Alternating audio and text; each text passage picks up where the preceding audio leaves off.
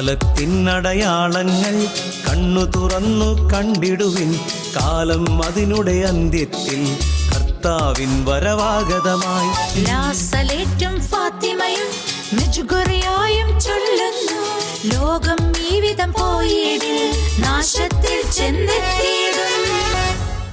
പിതാവും പുത്രനും പരിശുദ്ധാത്മാവുമായ ത്രിയേക ദൈവത്തിൻ്റെ അത്യുന്നത നാമത്തിന് എന്നും ആരാധനയും സ്തുതിയും പുകഴ്ചയും ഉണ്ടായിരിക്കട്ടെ. ഷെക്കീന ടിവിയുടെ പ്രേക്ഷകരും പരിശുദ്ധ അമ്മയുടെ പ്രിയപ്പെട്ട മക്കളുമായ എൻ്റെ സ്നേഹം നിറഞ്ഞ സഹോദരങ്ങളെ, മറിയം കാലത്തിൻ്റെ അടയാളം എന്ന ഈ ശുശ്രൂഷയിലേക്ക് ഒരിക്കൽ കൂടി ഏറ്റവും സ്നേഹത്തോടെ നിങ്ങളെല്ലാവരെയും സ്വാഗതം ചെയ്യുന്നു. പരിശുദ്ധ കന്യകാ മറിയം കർത്താവിൻ്റെ രണ്ടാമത്തെ ഒരു വരവുണ്ടെന്നും ആ വരവിന് വേണ്ടി ഈ ലോകത്തെ ഒരുക്കുവാൻ നമ്മൾ അമ്മയെ സഹായിക്കണമെന്നും അമ്മ കഞ്ചിക്കോട് റാണിച്ചേച്ചിയോട് ആവശ്യപ്പെടുകയുണ്ടായി. അമ്മ ഇപ്രകാരം പറഞ്ഞു, മക്കളെ, കർത്താവിൻ്റെ രണ്ടാമത്തെ വരവിന് ഈ ലോകത്തെ ഒരുക്കുന്നതിന് വേണ്ടിയുള്ള ശബ്ദം എനിക്ക് ആവശ്യമാണ്. അതിന് വ്യത്യസ്ത രീതിയിലുള്ള സഹായിക്കാനുള്ള കരങ്ങൾ എനിക്ക് ആവശ്യമാണ്. വിവിധ പാതകളിൽ സഞ്ചരിക്കുവാനുള്ള പാദങ്ങൾ എനിക്ക് ആവശ്യമാണ്. നിങ്ങൾ ഇവയെല്ലാം തന്ന് എന്നെ സഹായിക്കണം. പ്രിയമുള്ള സഹോദരങ്ങളെ, പരിശുദ്ധ അമ്മ കർത്താവിൻ്റെ രണ്ടാമത്തെ വരവ് സത്യമാണെന്ന് തിരിച്ചറിഞ്ഞുകൊണ്ട് കർത്താവ് രണ്ടാമതായി കടന്നു വരുമ്പോൾ അവന് യോഗ്യതയുള്ള മക്കളെ ഒരുക്കുന്നതിന് വേണ്ടി ആഗ്രഹത്തോടെ ഈ ലോകത്ത് ഓടി നടക്കുമ്പോൾ അമ്മ പറയുകയാണ്, അതിന് നമ്മുടെ ശബ്ദം അമ്മയ്ക്ക് നൽകണം. അതായത് അമ്മ പറയുന്ന സന്ദേശങ്ങൾ നമ്മൾ ശബ്ദമുയർത്തണം. ആ സന്ദേശങ്ങൾ നമ്മൾ മറ്റുള്ളവരെ എത്തിക്കണം. ഇതാണ് അമ്മ ഉദ്ദേശിക്കുന്നത്. അമ്മയുടെ ശബ്ദമായി നമ്മൾ മാറണം. സഹായിക്കുവാൻ അമ്മയുടെ കരങ്ങളായി നമ്മുടെ കരങ്ങൾ മാറണം. അമ്മ ചില കാര്യങ്ങളൊക്കെ ചെയ്യുവാൻ നമ്മൾ ആവശ്യപ്പെടുമ്പോൾ നമ്മുടെ കരങ്ങൾ കൊണ്ട് നമ്മളത് ചെയ്യണം. അമ്മയുടെ പാദങ്ങളായി നമ്മുടെ പാദങ്ങൾ അമ്മയ്ക്ക് കൊടുക്കണം. അമ്മ ആവശ്യപ്പെടുന്ന പല വഴികളിലൂടെ സഞ്ചരിക്കുവാൻ ഞാൻ നിങ്ങളെ വിളിക്കുമ്പോൾ, കർത്താവിന് രണ്ടാമത്തെ വരവിന് വഴിയൊരുക്കുവാൻ പല വഴികളിലൂടെ സഞ്ചരിക്കുവാൻ എനിക്ക് പാദങ്ങൾ ആവശ്യമാണ്. നിങ്ങളുടെ പാദങ്ങൾ എനിക്ക് നൽകണം. നമ്മുടെ പാദങ്ങൾ, നമ്മുടെ ശബ്ദം, നമ്മുടെ കരങ്ങളൊക്കെ പരിശുദ്ധ അമ്മയ്ക്ക് നമുക്കൊന്ന് സമർപ്പിക്കാം. അങ്ങനെ പരിശുദ്ധ അമ്മയ്ക്ക് നമ്മളെ അമ്മയുടെ കയ്യിൽ ഉപകരണമാക്കി കർത്താവിൻ്റെ രണ്ടാമത്തെ വരവിന് വേണ്ടി നമ്മളെ ഒരുക്കുവാനും നമ്മുടെ കൂടെയുള്ള ആരെങ്കിലും ഒക്കെ ഒരുക്കി നിത്യരക്ഷയ്ക്ക് വേണ്ടി അവരെ തയ്യാറാക്കുന്നതിന് വേണ്ടി അമ്മയുടെ കയ്യിൽ ഉപകരണങ്ങളാക്കി നമ്മളെയും മാറ്റുവാൻ അമ്മ ആഗ്രഹിക്കുമ്പോൾ ഒരു സമ്പൂർണ്ണ സമർപ്പണം നമ്മൾ നടത്തേണ്ടിയിരിക്കുന്നു. പ്രിയമുള്ള സഹോദരങ്ങളെ, ഈ പറയുന്ന കാര്യങ്ങളൊക്കെ നമുക്ക് ഒരു ചെവിയിൽ കൂടി കേട്ട് മറ്റൊരു ചെവിയിലൂടെ കടത്തിവിടാം. എന്നാൽ ഈ കാര്യങ്ങളൊക്കെ നമുക്കൊരു ചെവിയിൽ കൂടി കേട്ട് അത് നമ്മുടെ മനസ്സിലേക്ക് കൊണ്ടുവന്ന് ധ്യാനിച്ച് അത് നമ്മുടെ ഹൃദയത്തിൽ ഏറ്റെടുത്ത് നമ്മുടെ ജീവിതങ്ങളെ വിശുദ്ധീകരിക്കുകയും നവീകരിക്കുകയും ചെയ്തുകൊണ്ട് നമ്മളെ തന്നെ പരിശുദ്ധ അമ്മയുടെ കയ്യിൽ ഉപകരണങ്ങളാക്കി നമുക്ക് സമർപ്പിക്കുകയും ചെയ്യാം. അതിന് അല്പം ത്യാഗം ആവശ്യമാണ്. നമ്മുടെ ജീവിതത്തിൽ ചില കാര്യങ്ങളൊക്കെ വേണ്ടെന്ന് വയ്ക്കണം. പ്രാർത്ഥിക്കുവാൻ കൂടുതൽ സമയം കണ്ടെത്തേണ്ടിയിരിക്കുന്നു. അമ്മയുടെ സന്ദേശങ്ങൾ ശ്രവിക്കുവാൻ നാം തയ്യാറാകണം. അപ്പോഴാണ് പരിശുദ്ധ അമ്മയ്ക്ക് നമ്മളെ അമ്മയുടെ കയ്യിൽ ഉപകരണങ്ങളാക്കി മാറ്റുവാൻ സാധിക്കുകയുള്ളൂ. അമ്മ ആവശ്യപ്പെടുന്നത് ഇത് തന്നെയാണ്. മക്കളെ, കർത്താവിൻ്റെ വെറുതെ ചെറിയ സിമ്പിളായിട്ടൊരു കാര്യത്തിന് വേണ്ടിയല്ല അമ്മ നമ്മുടെ സഹായം ആവശ്യപ്പെടുന്നത്. കർത്താവ് രാജാതിരാജനായി നമ്മളെല്ലാവരെയും സ്വർഗത്തിലേക്ക് കൂട്ടിക്കൊണ്ടുപോകാൻ വരുന്ന വലിയ ദിവസത്തിന് വേണ്ടി എന്നെയും ഈ ലോകത്തെയും ഒരുക്കുവാൻ, ആത്മാക്കളെ നേടുവാനുള്ള ഉപകരണങ്ങളാക്കി നമ്മളെ മാറ്റുന്നതിന് വേണ്ടിയാണ് പരിശുദ്ധ അമ്മ നമ്മുടെ കരങ്ങളും പാദങ്ങളും ശബ്ദവുമൊക്കെ ആവശ്യപ്പെടുന്നത്. നമ്മളൊരു സമ്പൂർണ്ണ സമർപ്പണം നടത്തുമ്പോൾ നാം അറിയാതെ പരിശുദ്ധ അമ്മ നമ്മളെ ഈശോയ്ക്ക് സമർപ്പിക്കുകയാണ്. പരിശുദ്ധ അമ്മയുടെ വിമലത്തിലൂടെ അമ്മ നമ്മളെ ഈശോയ്ക്ക് സമർപ്പിക്കുമ്പോൾ ഈശോ നമ്മളെ നിയന്ത്രണം ഏറ്റെടുക്കുകയാണ്. ഈശോ നിയന്ത്രണം ഏറ്റെടുക്കുമ്പോൾ ആരാണ് നമ്മളെ സഹായിക്കുന്നത്? പരിശുദ്ധാത്മാവ് നമ്മളെ സഹായിക്കുകയാണ്. ഈശോയും പരിശുദ്ധാത്മാവും നമ്മുടെ കൂടെയുള്ളപ്പോൾ നമ്മൾ ദൈവപിതാവായ ദൈവത്തിൻ്റെ പദ്ധതിയുടെ ഭാഗമായി മാറുകയാണ്. പ്രിയമുള്ള സഹോദരങ്ങളെ, പരിശുദ്ധ അമ്മയോട് നമ്മൾ സഹകരിക്കുമ്പോൾ നമ്മൾ പരിശുദ്ധ ത്രിത്വത്തിൻ്റെ പദ്ധതിയുടെ ഭാഗമായി മാറുകയാണെന്നുള്ള തിരിച്ചറിവാണ് പരിശുദ്ധ അമ്മ ഇന്ന് നമുക്ക് പകർന്നു തരുന്നത്. അതുകൊണ്ട് പ്രിയമുള്ള സഹോദരങ്ങളെ, കർത്താവിൻ്റെ ഈ രണ്ടാമത്തെ വരവ് അതെന്ന് വന്നാലും അത് സത്യമാണെന്നും ആ വരവിന് വേണ്ടി ഞാനും നിങ്ങളും ഒരുങ്ങേണ്ടിയിരിക്കുന്നു. ആദ്യം തന്നെ രണ്ടാമതായി മറ്റുള്ളവരെ അതിനെ ഒരുക്കേണ്ടിയിരിക്കുന്നു. നിങ്ങളെല്ലാവരും കേട്ടിരിക്കുന്ന ഒരു വിശുദ്ധയാണല്ലോ, വിശുദ്ധ ഫൗസ്തീന. നമ്മൾ ഏപ്രിൽ മാസം 12-ാം തീയതി ഈസ്റ്റർ കഴിഞ്ഞു വരുന്ന ഞായറാഴ്ച കരുണയുടെ തിരുനാൾ ആഘോഷിച്ചു. ഈ കരുണയുടെ തിരുനാൾ ആഘോഷിക്കാൻ കാരണം വിശുദ്ധ ഫൗസ്തീനായ്ക്ക് ഈശോ പ്രത്യക്ഷപ്പെട്ട് നൽകിയ സന്ദേശങ്ങളാണ്. വിശുദ്ധ ഫൗസ്തീനായ്ക്ക് ഈശോ പ്രത്യക്ഷപ്പെട്ടപ്പോൾ ഈശോ വിശുദ്ധ ഫൗസ്തീനോട് പറഞ്ഞു ഇപ്രകാരം: മകളെ, ഞാൻ നിന്നെ എൻ്റെ രണ്ടാമത്തെ വരവിന് വേണ്ടി, എൻ്റെ രണ്ടാമത്തെ വരവിൻ്റെ പ്രവാചകയായി തിരഞ്ഞെടുത്തിരിക്കുന്നു എന്നാണ് ഈശോ വിശുദ്ധ ഫൗസ്തീനയോട് പറഞ്ഞത്. 30-35 വയസ്സിനുള്ളിൽ ഫൗസ്തീനാമ്മ മരിച്ചുപോയി. ഈശോ ഇതുവരെയും വന്നിട്ടുമില്ല. പിന്നെ എങ്ങനെയാണ് ഈശോയുടെ രണ്ടാമത്തെ വരവിന് വേണ്ടി ഫൗസ്തീനാമ്മ നമ്മളെ ഒരുക്കുന്നതെന്ന് നമ്മളിപ്പോൾ ചിന്തിക്കും. പ്രിയമുള്ള സഹോദരങ്ങളെ, പരിശുദ്ധാത്മാവിനെ പ്രേരിതയായി ഈശോ പറഞ്ഞു കൊടുത്ത സന്ദേശങ്ങളൊക്കെ ഫൗസ്തീനാമ്മ ഒരു ഡയറിയിൽ എഴുതി വെച്ചിട്ടുണ്ട്. നിങ്ങൾക്ക് ആർക്കെങ്കിലും ഒക്കെ അതൊന്ന് വാങ്ങിച്ച് വായിക്കാൻ സാധിച്ചാൽ, കർത്താവിൻ്റെ രണ്ടാമത്തെ വരവിന് വേണ്ടി നമ്മൾ എപ്രകാരം ഒരുങ്ങണമെന്നുള്ള ഒരു തുറന്ന പുസ്തകമാണ് വിശുദ്ധ ഫൗസ്തീനായുടെ ഡയറി കുറിപ്പുകൾ. ഇന്ന് ഫൗസ്തീനാമ്മ ഈ ലോകത്തു നിന്ന് മറഞ്ഞുപോയെങ്കിലും വിശുദ്ധ ഫൗസ്തീനാമ്മയുടെ ഡയറി കുറിപ്പ് ലോകത്തിൻ്റെ രണ്ടാമത്തെ വരവിന് വേണ്ടി ലോകത്തെ ഒരുക്കുവാനുള്ള ഒരു വഴികാട്ടിയായി നമ്മുടെ മുൻപിൽ നിൽക്കുകയാണ്. നിങ്ങൾ ഇനിയും അത് വായിക്കാത്തവരുണ്ടെങ്കിൽ നിങ്ങളത് വാങ്ങിച്ചു വായിക്കണം. വിശുദ്ധ ഫൗസ്തീനായുടെ ഡയറി കുറിപ്പ് ഓരോ കണ്ണിൽ ഈശോ നേരിട്ട് പ്രത്യക്ഷപ്പെട്ട് സംസാരിച്ച കാര്യങ്ങളാണ് വിശുദ്ധ ഫൗസ്തീന എഴുതി വെച്ചിരിക്കുക. പരിശുദ്ധ അമ്മയും സംസാരിച്ച കാര്യങ്ങൾ, കർത്താവിൻ്റെ രണ്ടാമത്തെ വരവിന് വേണ്ടി നമ്മൾ എപ്രകാരം ഒരുങ്ങണം എന്നുള്ള കാര്യങ്ങളാണ് വിശുദ്ധ ഫൗസ്തീനാമ്മ എഴുതി വെച്ചിരിക്കുന്നത്.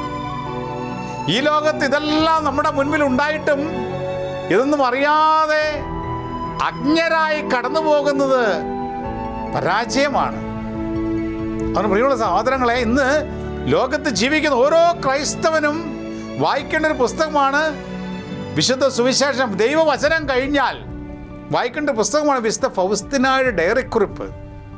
അത് രണ്ടാമത്തെ വരവിന് വേണ്ടി, യേശുക്രിസ്തു രണ്ടാമത്തെ വരവിന് വേണ്ടി നമ്മളെ ഒരുക്കുന്ന വലിയ സത്യങ്ങളാണ് അതിൽ ഉൾപ്പെട്ടിരിക്കുന്നത്.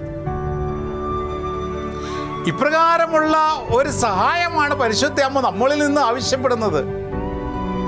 മക്കളെ, നിങ്ങളെ തന്നെ ഒരുക്കണം. മറ്റുള്ളവരെ ഒരുക്കുവാൻ നിങ്ങൾ ഒരു സമ്പൂർണ്ണ സമർപ്പണം നടത്തുക. ഞാൻ നിങ്ങളെ ഈശോയ്ക്ക് സമർപ്പിക്കും. ഈശോ പരിശുദ്ധാത്മാവിലൂടെ ദൈവപിതാവിൻ്റെ പദ്ധതി ഈ ലോകത്ത് പൂർത്തീകരിക്കപ്പെടുവാൻ നിങ്ങളെ ഉപകരണമാക്കും. അത് ഞാൻ നേരത്തെ സൂചിപ്പിച്ച പ്രിയമുള്ള സഹോദരങ്ങൾ, അതിനല്പം ത്യാഗം ആവശ്യമാണ്, സഹനം ആവശ്യമാണ്. അതിനും കൂടി തയ്യാറാകണമെന്ന് നാം മനസ്സിലാക്കുക. പ്രിയമുള്ളവരെ, പരിശുദ്ധ അമ്മ വീണ്ടും നമ്മുടെ ഇപ്രകാരം ഒരു മുന്നറിയിപ്പ് നൽകുകയുണ്ടായി. പരിശുദ്ധ അമ്മ നൽകിയ മുന്നറിയിപ്പ് പ്രകാരമാണ്: സാത്താൻ വളരെ കൗശലപൂർവം ദൈവീക നിയമങ്ങൾ അവജ്ഞയോടെ തിരസ്കരിക്കുന്നതിന് മനുഷ്യനെ പ്രോത്സാഹിപ്പിച്ചുകൊണ്ടിരിക്കുന്നു. നിങ്ങൾ ശ്രദ്ധിച്ച് കേൾക്കണം. സാത്താൻ വളരെ കൗശലപൂർവം ദൈവിക നിയമങ്ങൾ അവജ്ഞയോടെ തിരസ്കരിക്കുന്നതിന് ഇന്ന് ലോകത്തെ പ്രലോഭിപ്പിച്ചുകൊണ്ടിരിക്കുന്നു, പ്രോത്സാഹിപ്പിച്ചുകൊണ്ടിരിക്കുന്നു. ഇന്ന് നമ്മൾ ലോകത്തിലേക്ക് നോക്കുമ്പോൾ സത്യമായി നമുക്ക് തിരിച്ചറിയാൻ സാധിക്കുന്നുണ്ട്. ഇന്ന് പണ്ടൊക്കെ നമ്മൾ ദൈവിക നിയമങ്ങളായി മുറുകെ പിടിച്ചിരുന്ന ദൈവത്തിൻ്റെ കൽപ്പനകൾ ഇന്ന് കാറ്റിൽ പറത്തപ്പെടുന്ന സാഹചര്യമാണ്. ആർക്കും എന്തും ചെയ്യാവുന്ന അവസ്ഥ. ഇതൊക്കെ എല്ലാവരും ചെയ്യുന്ന കാര്യങ്ങളല്ലേ, ഇതിനെന്താ പ്രത്യേകത എന്നുള്ള ചില ചോദ്യങ്ങൾ. വിശുദ്ധ കുർബാന പോലും, കർത്താവിൻ്റെ പരിശുദ്ധ കുർബാനയിൽ സംബന്ധിച്ച് അഭിഷേകം പ്രാപിക്കേണ്ട നമ്മൾ കുർബാനയെപ്പോലും വളരെ ലാഘവത്തോടെ എടുക്കുന്ന കാര്യങ്ങൾ. ഓൺലൈൻ മതി, എന്തിന് പള്ളിയിൽ പോകണം? ദൈവിക നിയമങ്ങളെ അവജ്ഞയോടെ തിരസ്കരിക്കുവാൻ സാത്താൻ കൗശലപൂർവ്വം പ്രോത്സാഹിപ്പിച്ചുകൊണ്ടിരിക്കുന്നു. ചില ദൈവിക കാര്യങ്ങളൊക്കെ പറയുമ്പോൾ മനുഷ്യന് അവജ്ഞയാണ്, ലജ്ജയാണ് പറയുവാൻ. സത്യമായും പഠിപ്പിക്കേണ്ട കാര്യങ്ങൾ സത്യമാണെന്ന് പറയുവാനും ലജ്ജയാണ്. ഇപ്രകാരം പറയുന്ന ആളുകൾ അവജ്ഞയോടുകൂടി മനുഷ്യൻ പുച്ഛിച്ചു തള്ളുകയാണ്. പരിശുദ്ധ അമ്മയുടെ സന്ദേശങ്ങൾ സത്യമാണ്, യാഥാർത്ഥ്യമാണ്. അതിന് പ്രിയമുള്ള സഹോദരങ്ങളെ, നമ്മൾ ഈ കാലഘട്ടത്തിലായിരിക്കുമ്പോൾ വളരെ ശ്രദ്ധയോടുകൂടി നമ്മളെ തന്നെ പരിശോധിക്കണം. ഏതെങ്കിലും ദൈവിക നിയമങ്ങളെ അവജ്ഞയോടുകൂടി തിരസ്കരിക്കുവാനുള്ള പ്രേരണ, പ്രലോഭനം എൻ്റെ ജീവിതത്തിൽ കടന്നു വരുന്നുണ്ടോ, അവയോട് ഞാൻ സഹകരിക്കുന്നുണ്ടോ എന്നുകൂടി സൂക്ഷ്മതയോടുകൂടി പരിശോധിക്കണം. അതിനോടൊപ്പം പരിശുദ്ധ അമ്മ കൂട്ടിച്ചേർത്തു, ആ കറുത്ത മൃഗത്തിൻ്റെ ഭയാനകവും വഞ്ചനാത്മകവുമായ കടന്നാക്രമണത്തിൽ നിന്ന് നിങ്ങളെ രക്ഷിച്ച് ദൈവസന്നിധിയിൽ എത്തിക്കുവാനുള്ള മാർഗങ്ങളെ നിങ്ങൾ തിരസ്കരിക്കരുത്. പ്രിയമുള്ള സഹോദരങ്ങളെ, അമ്മ പറഞ്ഞിരുന്ന കറുത്ത മൃഗത്തിൻ്റെ ഭയാനകവും വഞ്ചനാത്മകവുമായ കടന്നാക്രമണങ്ങളിൽ നിന്ന് നിങ്ങളെ രക്ഷിച്ച് ദൈവസന്നിധിയിൽ എത്തിക്കുവാനുള്ള മാർഗങ്ങളെ, സഭയിലെ സംവിധാനങ്ങളെ, ദൈവിക കൽപ്പനകളെ നിങ്ങൾ തിരസ്കരിക്കരുത്. ഈ കറുത്ത മൃഗം ഇന്ന് ലോകത്തെ ഭരിച്ചുകൊണ്ടിരിക്കുമ്പോൾ ദൈവത്തിൻ്റെ സന്നിധിയിൽ നമുക്ക് എത്തപ്പെടുവാനുള്ള സംവിധാനങ്ങളെയാണ് അവൻ ആക്രമിച്ചുകൊണ്ടിരിക്കുന്നത്. ആ മാർഗങ്ങളെ തിരസ്കരിക്കരുതെന്ന് അമ്മ സ്നേഹത്തോടെ പറയുകയാണ്. എൻ്റെ അമ്മ പറഞ്ഞു തന്ന 2-3 മാർഗങ്ങളുണ്ട്. അമ്മ പറയുക, വളരെ പ്രത്യേകിച്ച്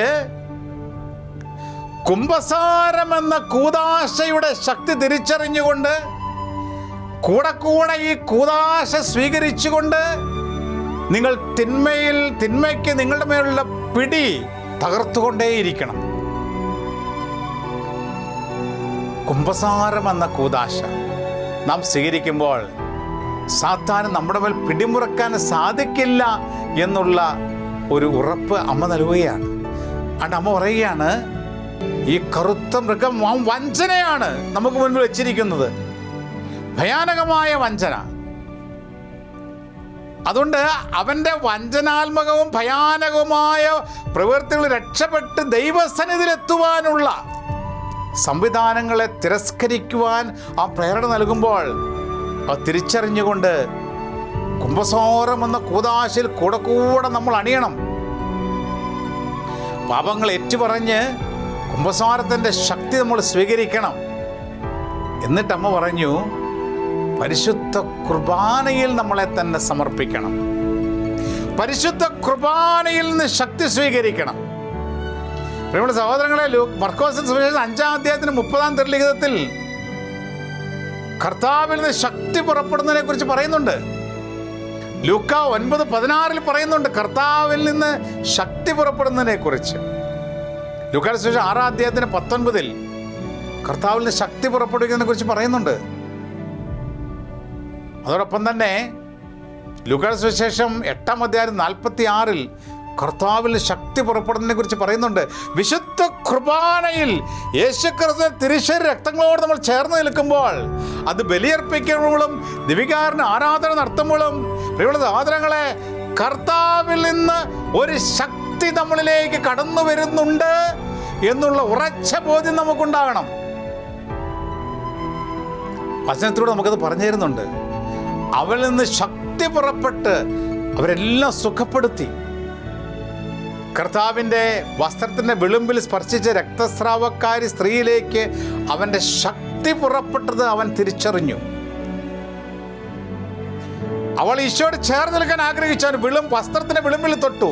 ഇതാണ് വിശുദ്ധ കുർബാനയിൽ ചേർന്നിരിക്കുന്ന മക്കൾക്ക് അവൻ്റെ ശക്തി നമ്മളിലേക്ക് അവൻ പകർന്നു തരും. അപ്പോൾ ഈ കറുത്ത മൃഗത്തിൻ്റെ ഭയാനകവും വഞ്ചനാത്മകവുമായ പ്രവർത്തനങ്ങളിൽ നിന്ന് നമ്മളെ വിശുദ്ധ കുർബാന രക്ഷിച്ച് ദൈവസന്നിധി നമ്മളെ എത്തിക്കും. അതുകൊണ്ട് പരിശുദ്ധൻ പറയുക, മക്കളെ, ഈ കാലഘട്ടത്തിൽ ഇവന്റെ വഞ്ചനയ്ക്കെതിരായി, അവന്റെ വഞ്ചനയിൽ നമ്മളെ രക്ഷിക്കുവാൻ ദൈവം ക്രമീകരിച്ചിരിക്കുന്ന സംവിധാനങ്ങൾ തിരസ്കരിക്കരുത്. അതോടൊപ്പം തന്നെ ദൈവസന്നിധിയിൽ എത്തുവാനുള്ള മറ്റൊരു സംവിധാനം അമ്മ പറയുകയാണ്, ജപമാല പ്രാർത്ഥന. ജപമാലയിൽ നമ്മൾ ചെല്ലുന്ന ഓരോ നന്മ നിറഞ്ഞ മറിയമേ എന്ന പ്രാർത്ഥനയും സാത്താൻ്റെ കോട്ടകളെ തകർക്കുന്ന വെടിയുണ്ടകളാണെന്ന് വിശുദ്ധാത്മാക്കൾ നമ്മൾക്ക് പറഞ്ഞു തന്നിട്ടുണ്ട്. നിങ്ങൾ തീഷ്ണതയോടെ ജപമാല ചൊല്ലി ആ കോട്ടയ്ക്കുള്ളിൽ നിങ്ങളെ സംരക്ഷിക്കുവാൻ, ജപമാല കോട്ടയ്ക്കുള്ളിൽ നമ്മളെ സംരക്ഷിക്കുവാൻ പരിശുദ്ധ അമ്മ നമ്മോട് ആവശ്യപ്പെടുകയാണ്. അതിലൊരു ത്യാഗമുണ്ട്, അതിലൊരു സഹനമുണ്ട്, അല്പസമയം മാറ്റിവെക്കേണ്ട സാഹചര്യമുണ്ട്. ജപമാല ചൊല്ലി പ്രാർത്ഥിക്കുക എന്നാൽ അത് വലിയൊരു ആയുധമായി പരിശുദ്ധ അമ്മ പറയുക, മക്കളെ, നിങ്ങൾ ജപമാല ചൊല്ലി തീഷ്ണതയോടുകൂടി അമ്മയോട് ചേർന്ന് നിൽക്കുക. അതോടൊപ്പം തന്നെ അനുഗ്രഹത്തിൻ്റെ മറ്റൊരു വഴി അമ്മ കൂട്ടിച്ചേർത്തു, നിങ്ങൾ എല്ലാ വൈദികർക്കും സന്യസ്തർക്കും വേണ്ടി പ്രാർത്ഥിക്കുക. എനിക്കറിയില്ലായിരുന്നു, വൈദികർക്കും സന്യസ്തർക്കും വേണ്ടി പ്രാർത്ഥിക്കുമ്പോൾ അതിലൊരു ദൈവാനുഗ്രഹം കടന്നു വരുന്നുണ്ട്. പരിശുദ്ധ അമ്മയുടെ സന്ദേശമാണ്, നിങ്ങൾ എല്ലാ വൈദികർക്കും സമർപ്പിതർക്കും സന്യസ്തർക്കും വേണ്ടി പ്രാർത്ഥിക്കണം. നിങ്ങൾ തീഷ്ണതയോടുകൂടി പ്രാർത്ഥിക്കണം. അത് സ്വർഗത്തിൻ്റെ ആഗ്രഹമാണ്. ഒരുപക്ഷെ വൈദികരും സന്യസ്ത സമർപ്പിതരുമൊക്കെ ഫ്രണ്ട് നിരയിൽ നിന്ന് യുദ്ധം ചെയ്യുന്നവരായതുകൊണ്ടാകാം അൽമായരുമുണ്ട് ഫ്രണ്ട് നിരയിൽ നിൽക്കാൻ. എങ്കിലും പലപ്പോഴും തിന്മ ഇവർക്കെതിരെ പല രീതിയിലുള്ള പ്രലോഭനങ്ങളും കടകൊണ്ട് വരുവാനുള്ള സാധ്യതയുള്ളത് കൊണ്ടാകാം അമ്മ എല്ലാവരോടും വൈദികർക്ക് വേണ്ടി സന്യസ്തർക്ക് വേണ്ടി പ്രാർത്ഥിക്കാൻ ആവശ്യപ്പെടുന്നത്. മറിയ, മക്കളെ, നിങ്ങൾ വൈദികർക്ക് വേണ്ടി സന്യസ്തർക്ക് വേണ്ടി പ്രാർത്ഥിക്കണം, ജപമാല ചൊല്ലി പ്രാർത്ഥിക്കണം. അതൊരു സംരക്ഷണ കവചമാണ്. എന്നിട്ട് അമ്മ കൂട്ടിച്ചേർത്തു, ഈ കാലഘട്ടത്തിൽ പിശാച് നിരാശയുടെ പരാജയത്തിൻ്റെ വിത്തുകൾ പല മനുഷ്യരുടെ ഉള്ളിൽ വിതച്ചിരിക്കുകയാണ്. നീ ഇനി വിജയിക്കില്ല, നിന്റെ ജീവിതം പരാജയപ്പെട്ടു പോയി എന്നുള്ള ചിന്തകൾ, നിരാശ, ഒരു പ്രത്യാശയില്ലാത്ത ജീവിതം, പ്രതീക്ഷയില്ലാത്ത ജീവിതം, ഇനി എന്തിന് ജീവിക്കണമെന്നുള്ള ചിന്ത, ഇതൊക്കെ പിശാച് ചില വ്യക്തികളുടെ ഹൃദയങ്ങളിൽ കൊണ്ടു കൊടുക്കും.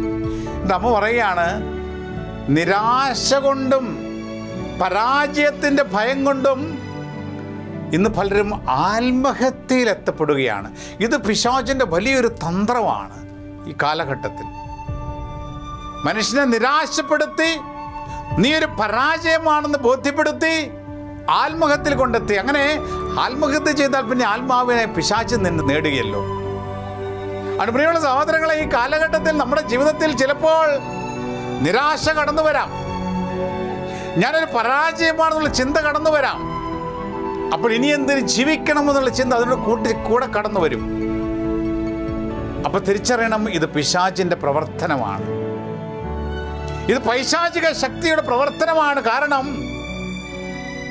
ആത്മഹത്യ ചെയ്യിച്ച് നമ്മുടെ ആത്മാവിനെ നശിപ്പിക്കുവാൻ അവൻ പരിശ്രമിക്കുകയാണ്. അപ്പൊ നമ്മുടെയൊക്കെ ജീവിതത്തിൽ ഏതെങ്കിലും രീതിയിൽ പരാജയത്തിന്റെ അനുഭവങ്ങൾ നമുക്ക് മുൻപിൽ ഉണ്ടെങ്കിൽ, നിരാശപ്പെടുന്ന ഏതെങ്കിലും സാഹചര്യം ഉണ്ടെങ്കിൽ, പ്രത്യാശയോടുകൂടി കുരിശിൻ ചുവട്ടിലേക്ക് നമുക്ക് കടന്നു വരണം. പരിശുദ്ധ അമ്മയോട് ചേർന്ന് ജപമാല ചൊല്ലി പ്രാർത്ഥിക്കണം. പരിശുദ്ധ കുർബാനയിൽ നമ്മൾ ആഴപ്പെടണം. വിശുദ്ധ കുർബാന യോഗ്യതയോടുകൂടി സ്വീകരിക്കണം. അതിനുവേണ്ടി നമ്മൾ കുമ്പസാരിക്കണം. കുമ്പസാരിച്ചൊരുങ്ങി വിശുദ്ധ കുർബാന സ്വീകരിച്ചുകൊണ്ട് പരിശുദ്ധ കുർബാനയിൽ ആഴപ്പെട്ട് കുമ്പസാരത്തിലൂടെ വിശുദ്ധീകരിക്കപ്പെട്ട് ജപമാല ചൊല്ലി പ്രാർത്ഥിച്ചുകൊണ്ട് നമ്മൾ ജീവിതങ്ങളെ ക്രമീകരിക്കുമ്പോൾ പിന്നെ കറുത്ത മൃഗത്തിൻ്റെ വഞ്ചനയ്ക്ക് നമ്മളെ സ്വാധീനിക്കാൻ സാധിക്കില്ല. നിരാശ പ്രത്യാശയായി മാറും. പരാജയപ്പെട്ടു എന്ന് പോകുന്നു എന്ന് തോന്നുന്ന നിമിഷങ്ങളിൽ ദൈവം നമ്മുടെ കൈകൾ പിടിച്ചുയർത്തും. ഹൃദയം നുറങ്ങിയവർക്ക് കർത്താവ് സമീപസ്ഥനാണ്, മനമുരുകിയവരെ അവിടുന്ന് രക്ഷിക്കുന്നുവെന്ന് സങ്കീർത്തനം പറഞ്ഞു തരുന്നില്ലേ? ഹൃദയം നിറങ്ങിയ അവസ്ഥയിൽ കർത്താവിൽ ആശ്രയിക്കുക. നിരാശപ്പെട്ടു പോകരുത്, തളരരുത്. അവിടെയാണ് ഈശോയുടെ തിരുഹൃദയവും പരിശുദ്ധ വിമല ഹൃദയവും നമ്മിലൂടെ വിജയം വരിക്കുന്നത്. ഈ കാലഘട്ടത്തിൽ 2 മേഖലകളെ വളരെ പ്രത്യേകമായി ശ്രദ്ധിക്കണമെന്ന് പരിശുദ്ധ അമ്മ നമുക്ക് പറഞ്ഞു തരുന്നുണ്ട്. 2 മേഖലകൾ. ഒന്ന്, ലൈംഗികമായ പാപങ്ങൾ. അമ്മ പറയാണ്, ലൈംഗിക പാപങ്ങൾ ദുഷിച്ച ജലപ്രളയം പോലെ ഇന്ന് ഓരോ കുടുംബങ്ങളിലേക്ക് കയറിക്കൊണ്ടിരിക്കുന്നു.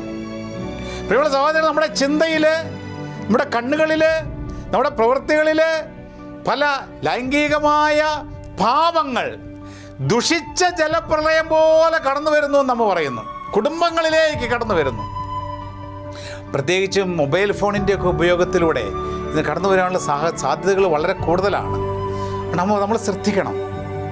ദുഷിച്ച ജലപ്രളയം പോലെ. നമുക്കറിയാം, ജലം നമുക്കൊക്കെ ആവശ്യമാണ്, അത്യാവശ്യമാണ്. എന്നാൽ ദുഷിച്ച, ദുർഗന്ധം വഹിക്കുന്ന ജലപ്രളയം ഉണ്ടാകുമ്പോൾ നമുക്ക് അവിടെ പിടിച്ചു നിൽക്കാൻ സാധിക്കില്ല. അപ്രകാരമാണ് ഒരു കുടുംബങ്ങളിലേക്ക് ഈ കാലഘട്ടത്തിൽ ലൈംഗിക പാപങ്ങൾ കടന്നു വരുന്നതെന്ന് നമ്മൾ പറയുന്നു. എൻ്റെ പ്രിയമുള്ള സഹോദരങ്ങൾ, നമ്മൾ ശ്രദ്ധിക്കണം.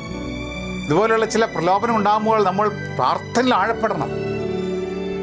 രണ്ടാമത്തെ തലം പറയുകയാണ്, സാമൂഹിക മാധ്യമങ്ങൾ പാപത്തിൻ്റെ വശീകരണത്തിൻ്റെ വലിയ വഷളത്തരത്തിലൂടെ കുടുംബങ്ങളിലേക്ക് കടന്നു വരുന്നു. സമൂഹ മാധ്യമങ്ങൾ, ഈ മാധ്യമങ്ങളിലൂടെ ഒരുപാട് പാപത്തിൻ്റെ വശീകരണം, മറ്റുള്ളവരെ കുറ്റപ്പെടുത്തി ഇല്ലാതാക്കി ദുഷിച്ച് പറഞ്ഞ് മറ്റുള്ളവരുടെ സൽപ്പേര് കളങ്കം വരുത്തി ഓരോരുത്തരെയും തകർത്തുകൊണ്ടിരിക്കുന്ന സമൂഹ മാധ്യമങ്ങൾ നമുക്ക് മുൻപിലുണ്ട്.